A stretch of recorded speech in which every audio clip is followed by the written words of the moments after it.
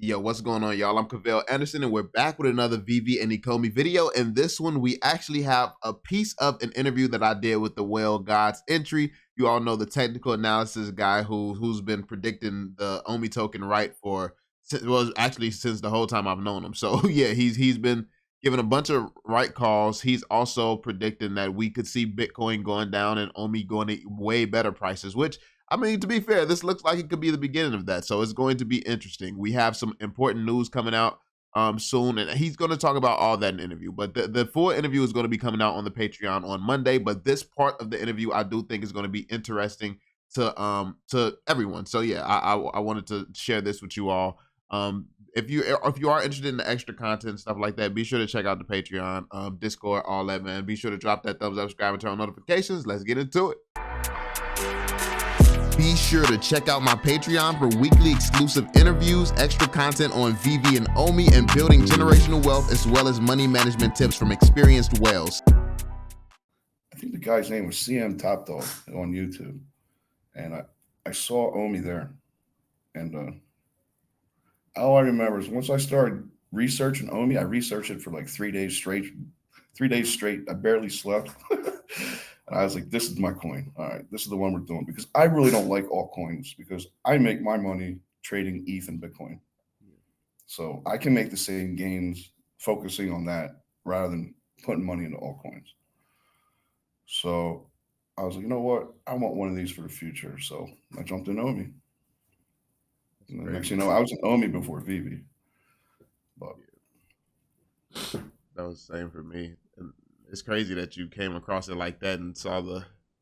So at what point, like throughout that, did you actually dive into Veve and start believing in the NFTs themselves? When did you want to jump into that? Well, I was already kind of biased against DeFi. I think DeFi is a scam. It's just a Ponzi scheme. Like really, I lost a couple of dollars doing like liquidity pools and things. I'm like, I'm good. I don't need this nonsense. I think NFT is a technology that's going to last. Obviously, I think that's like that's what we gained out of this bull cycle is the technology of NFT. Yeah. So I feel pretty confident in that. That's not going anywhere. So I said, what better yet than NFTs actually have IP behind them? To me, that's like the no-brainer part of it. Do I like the closed ecosystem? I was hoping that would be solved by now. I kind of fell into the trap of thinking things were going to happen a little bit faster. I mean, doesn't mean I'm giving up. I'm just waiting for things to actually happen before I focus my energy back into Veve. Yeah, that's fair. Because the market right now, the market is, just leveled as far as I'm concerned. I need MTL to come out. I want the market to find itself again. I want to stabilize. Right now, like there's just people all over the place. I mean, I think it's great for long term, and that's how I invested for it. That's how I invested in it, rather. So I'm not too worried, but I would prefer they had the transfers back on so we could cash out when we like. Yeah. But hopefully they get that solved soon. I believe they will. Yeah, it looks like there's bot talk and stuff back happening amongst the community. So the transfers down. Apparently, they figured out a way around it anyway. So, yeah, I know. It's just, I will say, I think their biggest problem was worrying about bots rather than sticking to what their game plan was.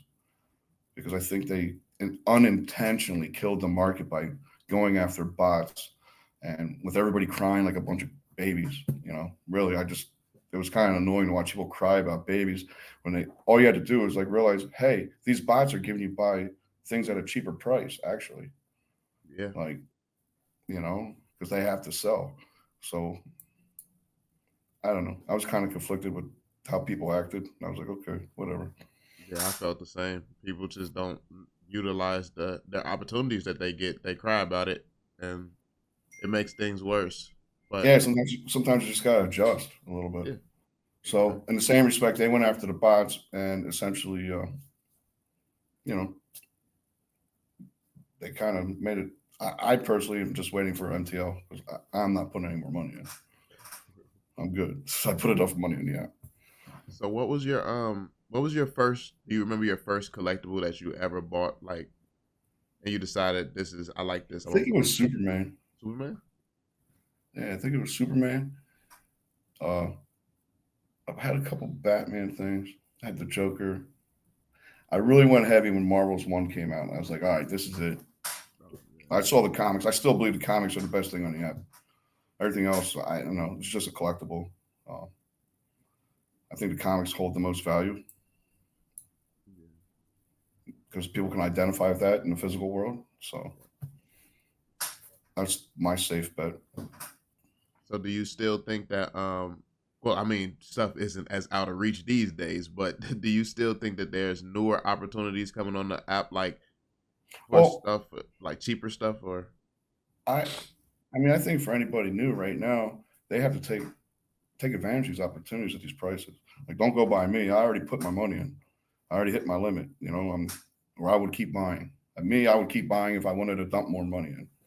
But me personally, I have enough money in there where I like to be able to access it. So until I can access it, I'm okay. But for new people, I would suggest take advantage of these opportunities because they're not going to be here forever. okay. And what's some of your favorite comics that you're holding or that you think is your safest bets? I like Marvel's one. I like Doctor Doom. Fantastic Four was it number five? Yeah. I like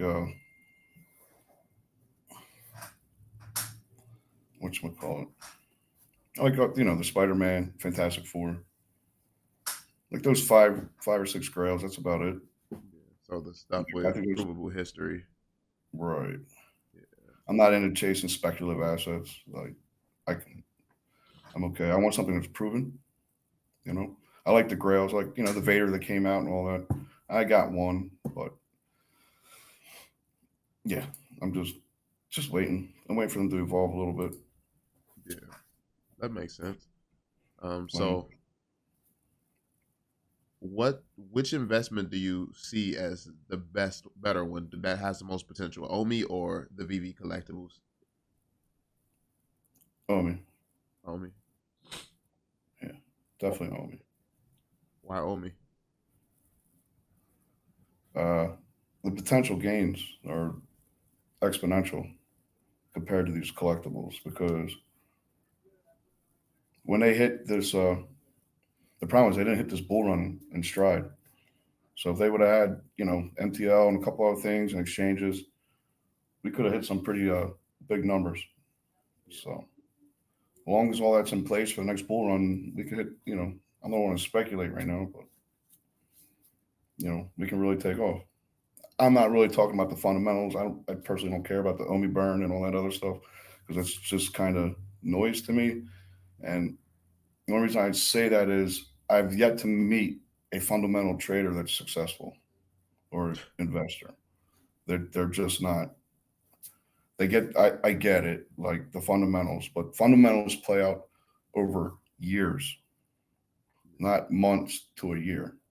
It might take 4 or 5 years for fundamentals to actually show themselves.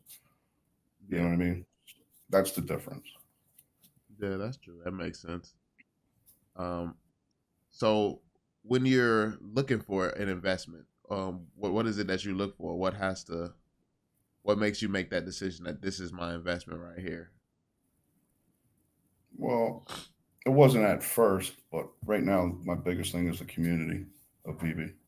Even though people, You're saying the community is what you look for. well, Um, no, well, right now my the strength of VB is the community. I believe more so than anything at this moment. But really, I look at the founders. I look at the. You got to kind of see like the narrative. Like they have to build. There has to be community behind the coin. None of these crypto coins will make it without community. yeah, They never do. Uh, my main thing is I saw the founders. I said, all right, well, this is like a no-brainer to me with all the licensing holders and Alcon and all that. And I'm like, this is an easy one. yep. So, So I guess what's your biggest holding in terms of a investment? Whether crypto or not, maybe property or something like whatever. mm, Probably ETH. Yeah. And do you have like a you have some ETH set aside for just like savings as well, or investing as well, or do you only have like your trading stash? Is that I have I c- I I have an X amount where I jump in and out with. So whether it be cash or ETH, it's allotted for ETH is what it's for. okay? Like I stick with. I think ETH is the coin for me because it's easily tradable because of the volume, and I believe we have more potential gains in the future because it was released a few years after Bitcoin. So the potential gains that you think you can get with Bitcoin, you'll get more with ETH, just because when it was released, plus everything's built on it, this has a lot more going for it.